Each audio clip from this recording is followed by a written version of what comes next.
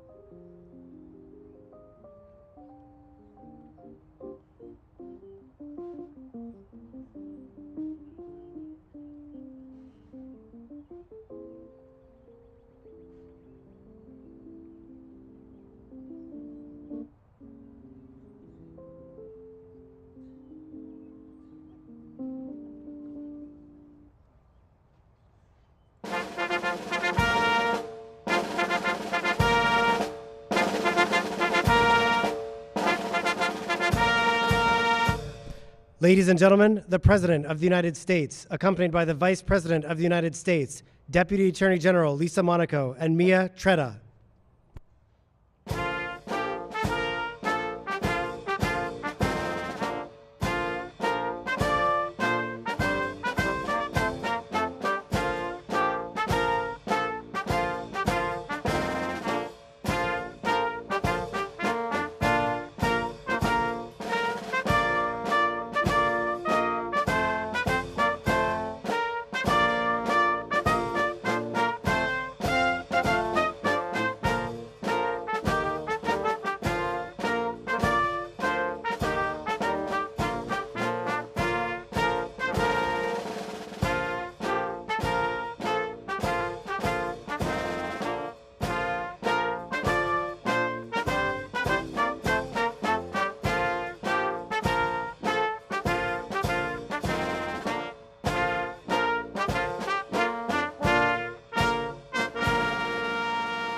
Please have a seat. Good afternoon, everyone. Good afternoon. President Joe Biden, members of Congress, members of our administration, friends, and fellow Americans. When gunfire rings out in a community, it brings fear, and it brings pain to the victims, to those who love them, to the parents who tell their children to run into the bathtub when they hear gunfire on the street outside, because it is the safest place in the home from a stray bullet. Gun violence brings pain to the entire community, and by extension, to the whole of society. As a prosecutor, I brought many perpetrators of gun violence to justice, but I knew even after a successful prosecution, the hurt and the loss and the fear often still remained. To the survivors of gun violence who are here with us today, and to the friends and family members of those we have lost, I thank you for your incredible determination in the face of so much pain. And it is a deep honor to stand with you today. As we know all too well, our nation continues to be plagued by an epidemic of gun violence. The President has worked for decades to end this terror.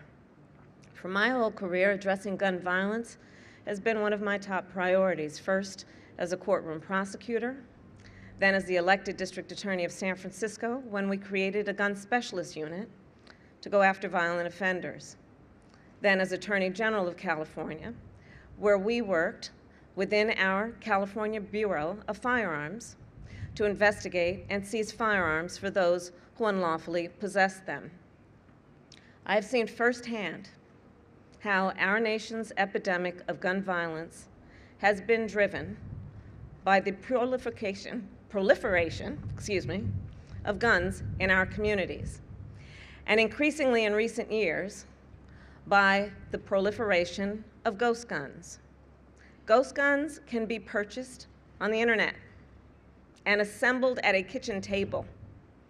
They can be bought without a background check by people who otherwise would be legally prohibited from gun ownership: domestic abusers, gun traffickers, individuals convicted of violent crimes, and even young children.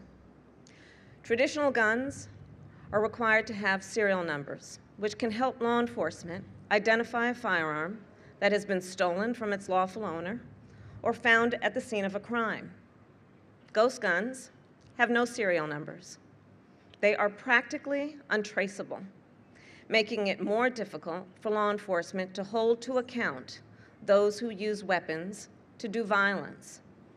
Because of how easy they are to access and how difficult they are to trace, ghost guns pose an especially grave threat to the safety of our communities.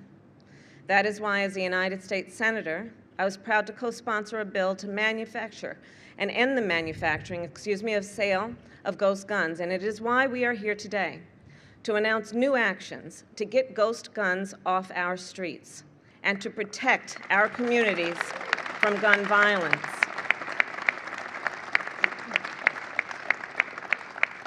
The Department of Justice plays a critical role in addressing gun violence in our communities, and the actions we are taking today would not be possible without their partnership. So I'm proud to now welcome a leader who has spearheaded much of the department's work on this important issue, Deputy Attorney General Lisa Monaco.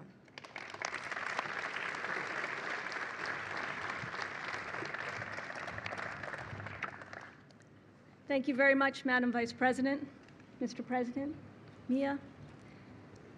There is no higher priority for the Department of Justice than keeping the American people safe. That is why every day we work with our community and law enforcement partners to combat violent crime through prevention and through prosecutions. Too often, though, murders and other serious crimes are committed with guns.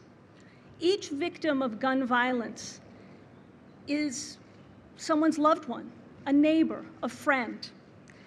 We stand together today in recognition of that loss and alongside all of those who have been touched by the tragedy of gun violence. We also stand together with resolve and with hope for the future. Just over 1 year ago, the President, the Vice President, and the Attorney General stood in this very spot to announce new steps to curb gun violence. One such critical step is reining in so-called ghost guns. These are guns that have no serial numbers. They are nearly impossible for law enforcement to trace. Many are sold without a background check. They're accessible to almost anyone. They often come in kits. They can be bought online. They can be assembled quickly with little or no training. That means that someone can convert parts in a box into a working gun with alarming ease. Now, we call them ghost guns because they can't be traced. But make no mistake, they are real. They can shoot to kill, and they do. For years, criminals have sought out these unmarked guns to murder and to maim. That's why the Attorney General has signed a rule that updates our regulations to keep up with changes in technology. The goal? To keep untraceable guns off of the streets, out of the hands of criminals and others who are prohibited by law from possessing a firearm. Some of the key changes include updating old definitions to ensure that gun laws apply to all firearms, including ghost guns, requiring gun dealers to run background checks on kits containing parts that can readily be converted into a gun, facilitating tracing by requiring firearms dealers to apply serial numbers to existing ghost guns so that they then take into inventory. Because of these updates, law enforcement will have additional crime gun intelligence to stop gun violence, to seek justice for victims of violent crimes, and to get guns used in crimes off of our streets. Today's announcement is one of many efforts by the Department of Justice to protect our communities from violent crime and gun violence. We continue to go after and disrupt illegal gun trafficking networks. We continue to go after and hold accountable the most violent offenders. And we are working every day with our partners in law enforcement and with community leaders to craft specific strategies to combat violent crime and keep communities safe. We will not stop until we reduce violent crime and save lives. As the Attorney General has said, the department will continue to apply every single tool at our disposal to fulfill that obligation. And now it is my great honor to introduce Mia Tretta, an inspiring young woman whose story illustrates why we're here today and why these actions are so important. Thank you.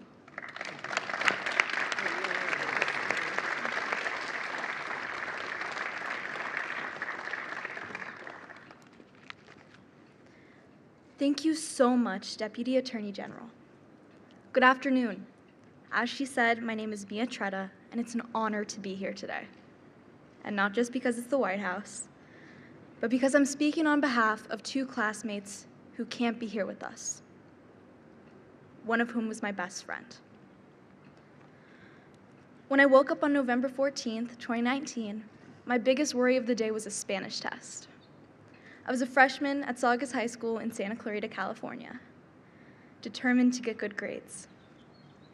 So as soon as I got to school, I made a beeline for the quad to meet up with my best friend, Dominic Blackwell. It's hard for me to talk about Dominic.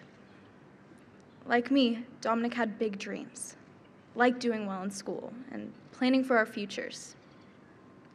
We spent the morning like any other, laughing and talking, until we heard a loud pop.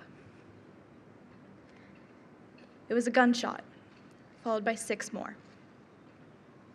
One of the bullets hit me in the stomach. Somehow, I was able to get up and run away, but Dominic couldn't.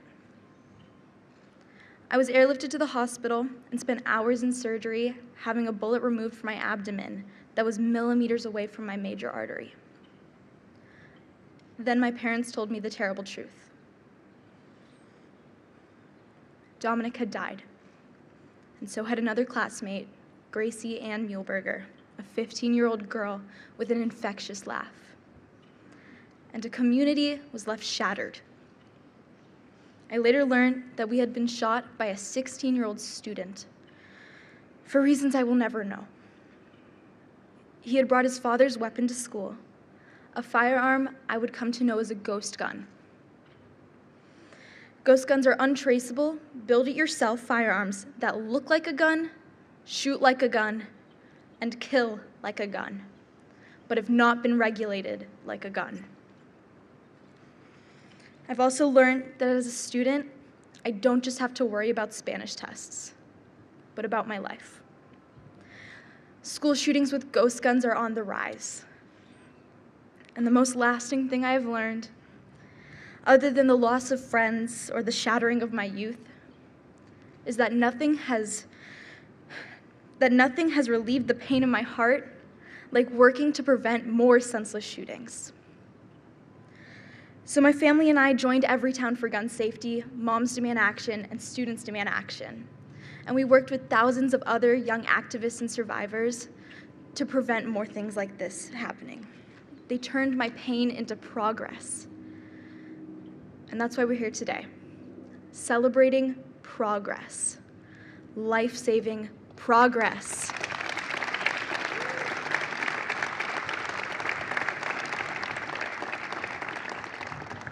Because now, finally, we have a president who realizes that thoughts and prayers alone are not enough.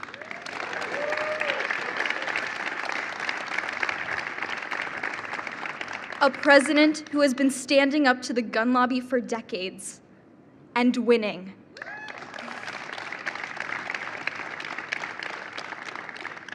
A president who has been standing up for survivors like me and so many others. A president who is taking bold, meaningful action to stop the spread of ghost guns. Ladies and gentlemen, it is now my great honor to introduce the strongest gun sense commander-in-chief ever to hold office, President Joe Biden.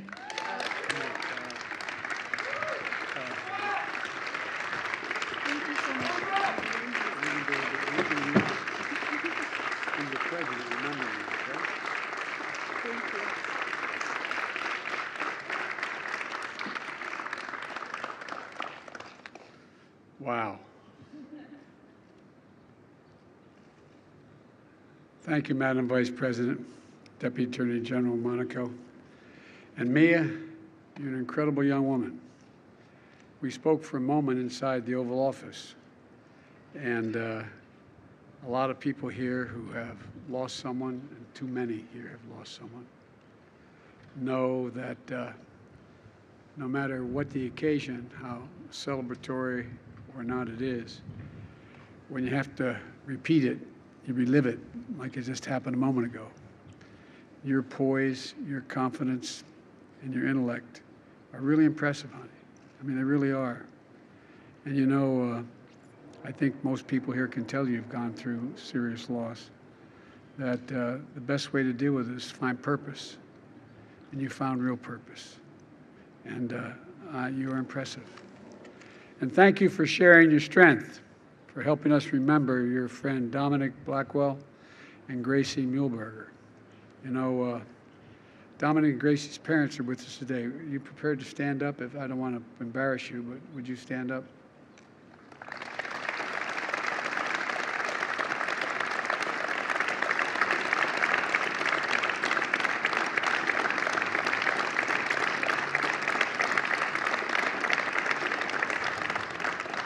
If you have a moment afterwards, maybe you can come in the Oval with me if you wouldn't mind. I'd love to talk to you. Frank and Nancy, Brian and Cindy, everyone here, as they say, feels your pain a little bit, particularly if they've suffered a serious loss. You've now joined a terrible fellowship of loss that many people have experienced. There are too many survivors and advocates here for me to name everyone today, but let me say, the loss in this crowd is incalculable, but so is the strength. So is the strength. I believe our nation will be safer for your bravery, and I really mean that. Survivors like me and Manny and Claudia, Los Angeles Deputy Sheriff who survived an ambush by a shooter with a ghost gun, represent individuals and families all across this country whose lives have been forever changed by a ghost gun. Some made national headlines, many others did not. Today we honor your strength and your action. A year ago this week, standing here with many of you, I instructed the Attorney General to write a regulation that would rein in the proliferation of ghost guns because I was having trouble getting anything passed in the Congress.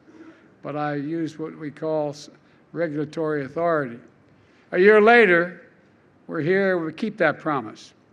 The gun lobby tried to tie up the regulators and paperwork for a long, long time.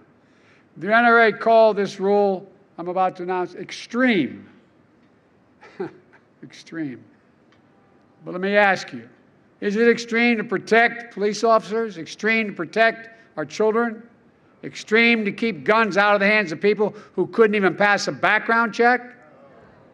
Look, the idea that someone on a terrorist list could purchase one of these guns is extreme. It isn't extreme, just basic common sense.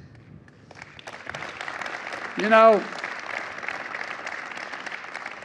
if you buy a couch you have to assemble, it's still a couch. If you order a package like this one over here that includes the parts you need, the direction of assembling a functioning firearm, you bought a gun. Take a look. Take a look at this. It comes in this package. You can see the picture down here maybe. This is the gun. It's not hard to put together. A little drill, hand drill at home. Doesn't take very long. Anyone can order it in the mail. Anyone. Folks, a felon, a terrorist, a domestic abuser can go from a gun kit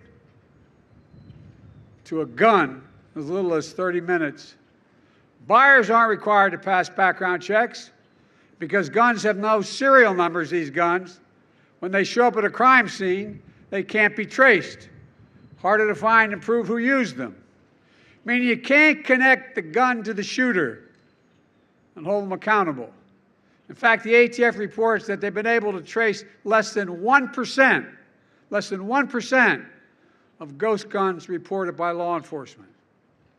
So it makes sense that police across the country are increasingly finding ghost guns at crime scenes. And by the way, ghost guns can be, quote, rifles, essentially assault weapons as well. This is just one version of the kit you can buy. Last year alone, Law enforcement reported approximately 20,000 suspected ghost guns to the Bureau of Alcohol, Tobacco, Firearms, and Explosives. That's a 10-fold increase in these ghost guns from 2016. 10-fold in 5 years. These guns are weapons of choice for many criminals. We're going to do everything we can to deprive them of that choice. And when we find them, put them in jail for a long, long time. Law enforcement is sounding the alarm.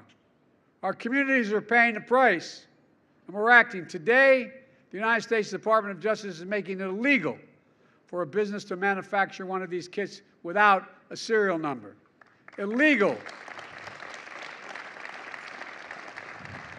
Illegal for a licensed gun dealer to sell them without a background check.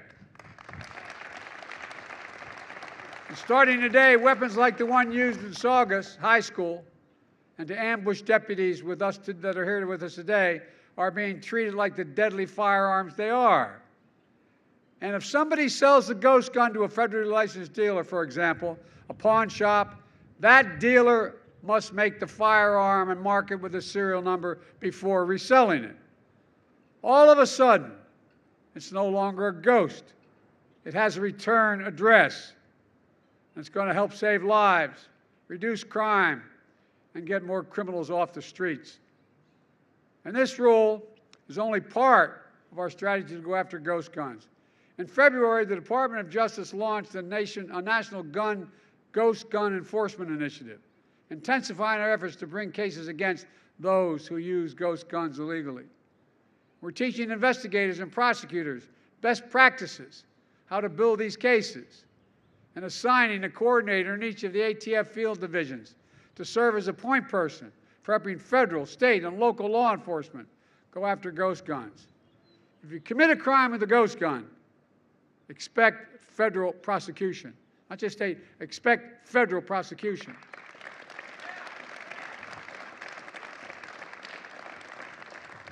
This rule is an important step. It's going to make a difference, I promise you. And there are a lot of other things we know work to reduce gun violence and other violent crimes and save lives. That's why I put together a comprehensive strategy to supercharge what works while continuing to push Congress to act on sensible legislation to prevent gun violence.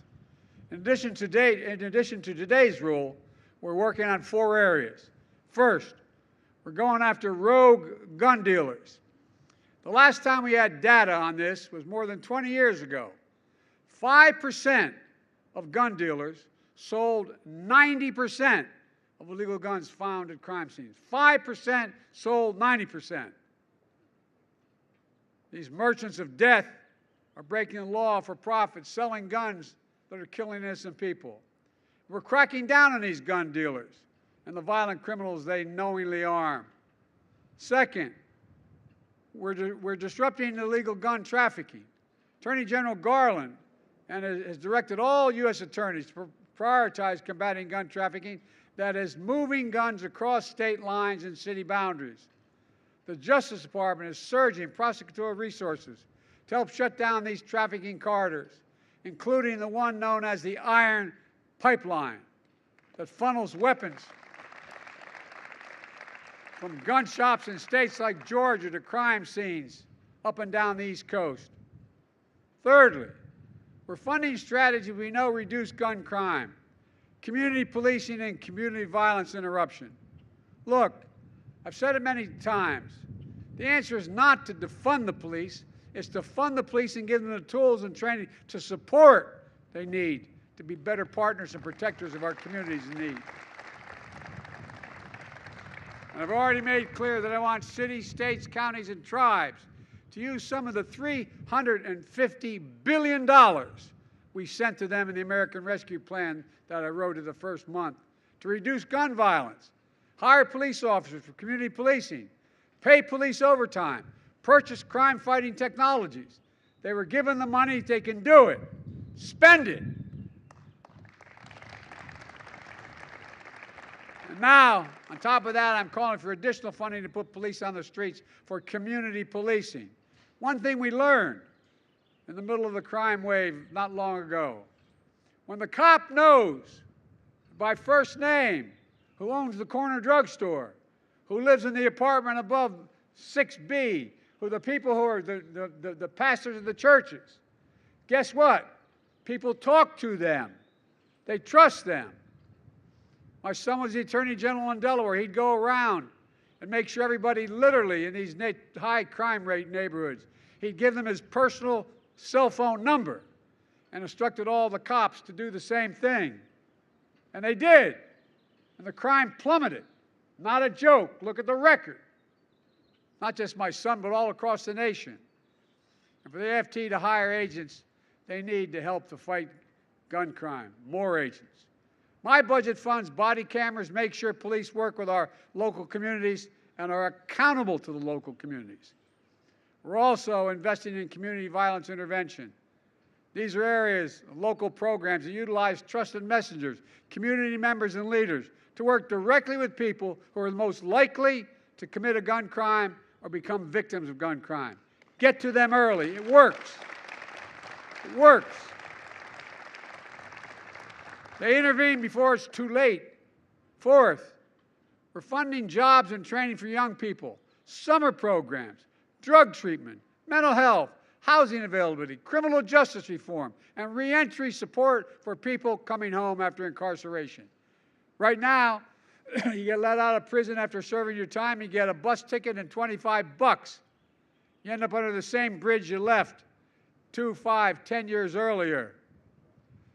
If you serve your time, you qualify for Pell Grants, you qualify for housing, you qualify for food, you qualify to get back into the community, give them a fighting chance. These are all demonstrated ways to reduce crime.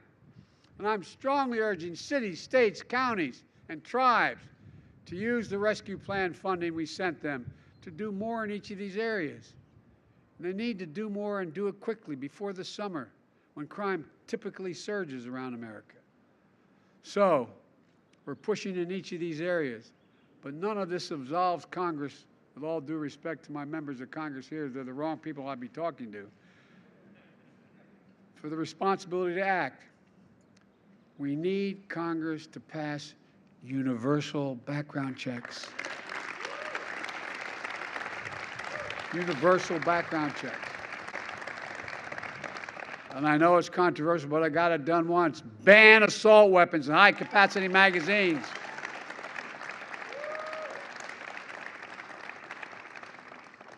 I was getting criticized when I first passed this law when I was a senator.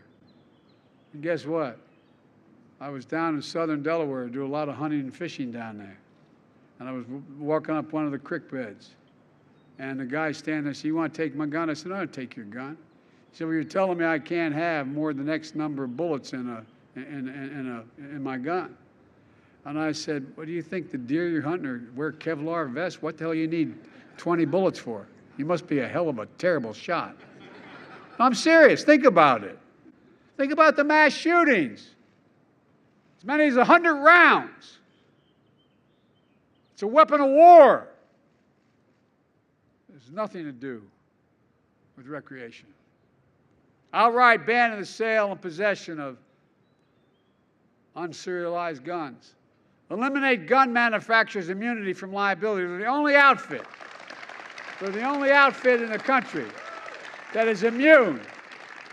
Imagine had the tobacco industry been immune to being sued. Come on. In February, the families of 9 of the Sandy Hook shooting victims achieved a settlement against the maker of guns that was used to kill their children. The Sandy Hook folks are here. Are you embarrassed to ask you to stand up?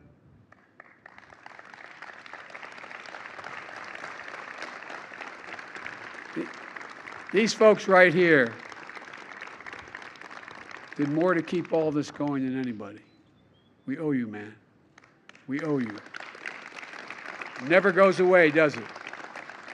God love you. Look, this is incredibly rare because gun manufacturers have more immunity from liability than any other American industry. So they've never had to take responsibility for the death and destruction their products cause. But as part of this settlement, Remington agreed to release thousands of pages of internal documents. You did that. And here's why it's so important. Remember, It wasn't until we saw the internal documents that we really understood what cigarette manufacturers are doing to our kids and our families. Now, we may begin to see what gun manufacturers are and are not doing when it comes to making and marketing their deadly products.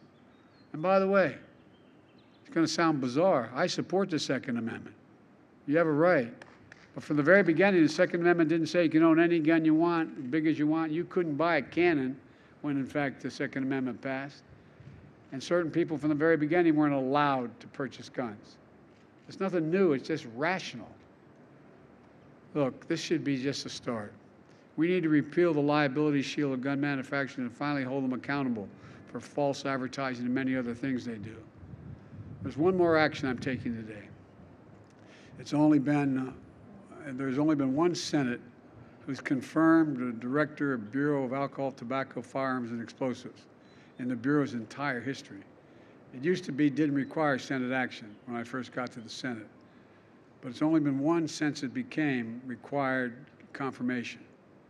This is an agency whose mission is to protect communities from violent criminals, illegal trafficking of firearms, acts of arson and bombing, and a lot more. The mission of this agency isn't controversial, it's public safety. Today, to lead and support the dedicated men and women of the AFT, I'm proud to nominate Steve Dittelbeck. Excuse me, I mispronounced your name. As Director of Bureau of Alcohol, Tobacco, Firearms, and Explosives. Steve is immensely qualified. He served the Department of Justice for 2 decades. He worked side by side to support the work of federal, state, and local law enforcement, including AFT agents. And one of those was his case he was personally tried as a U.S. attorney, where the serial arsonist firebombed the courthouses and police headquarters in Mansfield, Ohio. For his work, Steve got death threats, but the defendant got 60 years. Steve also partnered with the community leaders and law enforcement to help prevent violent crime. He's worked with the police to combat domestic extremism and to take violent criminals off the street. Steve's record makes him ready on day one to lead this agency. And by the way, in 2009, the U.S. Senate unanimously confirmed him to serve as U.S. Attorney. I look forward to working with the Senate to get him confirmed once again. With what I know about him and why I'm so enthusiastic about supporting him, I'd like to introduce my nominee to lead the AFT to you, all of you. Steve, come on up here.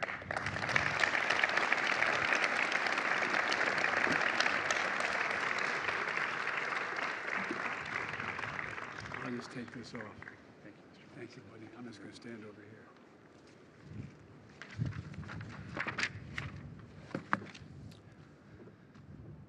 Thank you, Mr. President. Thank you, Vice President Harris, for your leadership in protecting the people of this nation and for placing your trust in me to become the next director of the ATF. Thanks. Thank you also, Deputy Attorney General Monaco, for all that you and Attorney General Garland continue to do at DOJ to make our nation safer. And thank you, Mia, for your incredible inspiration and courage, not just here today, but all over this nation. Thank you. I also want to thank my incredible, supportive, and often patient family who are here. My wonderful wife, Carol, and my children, Allie and David, please.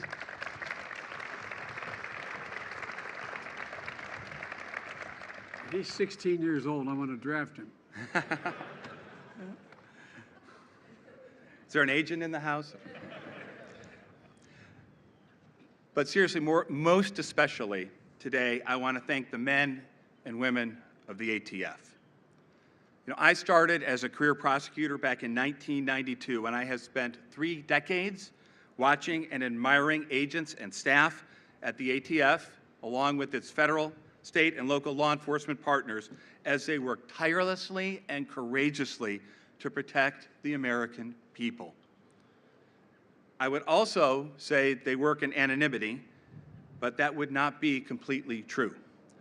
Because sadly, one thing I've also seen over the years is that the ATF often does work in anonymity when its agents are out there risking their lives to protect us, only to be thrust into the public eye when it's time for criticism. Law enforcement is a very tough job, and no person and no agency is perfect. But the President is right. The men and women of the ATF and the public that they protect deserve better support from us.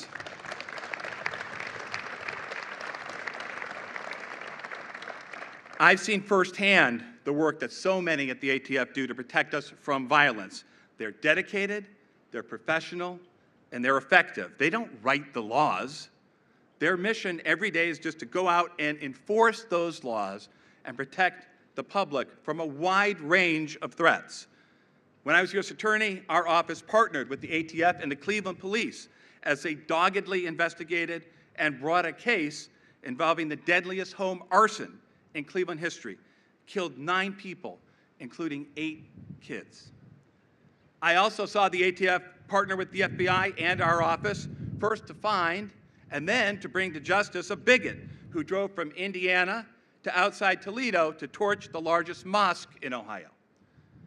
And last, and certainly not least, I have partnered with the ATF for decades in its crucial fight against gun violence.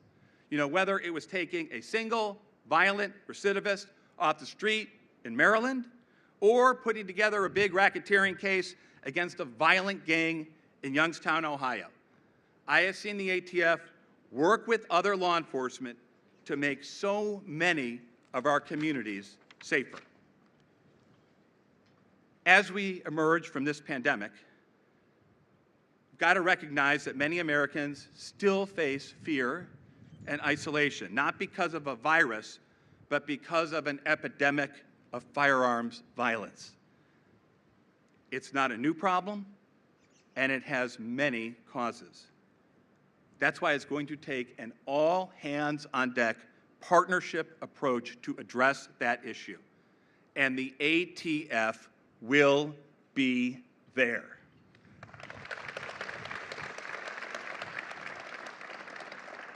If confirmed, I promise to support the men and the women of the ATF and to do everything in our power to protect the people of this nation every single day. Thank you.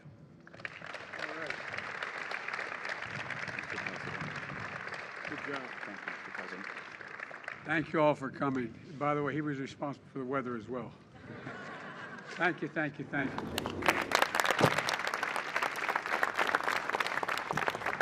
Ladies and gentlemen, please remain in your seats as the President and Vice President depart. Thank you.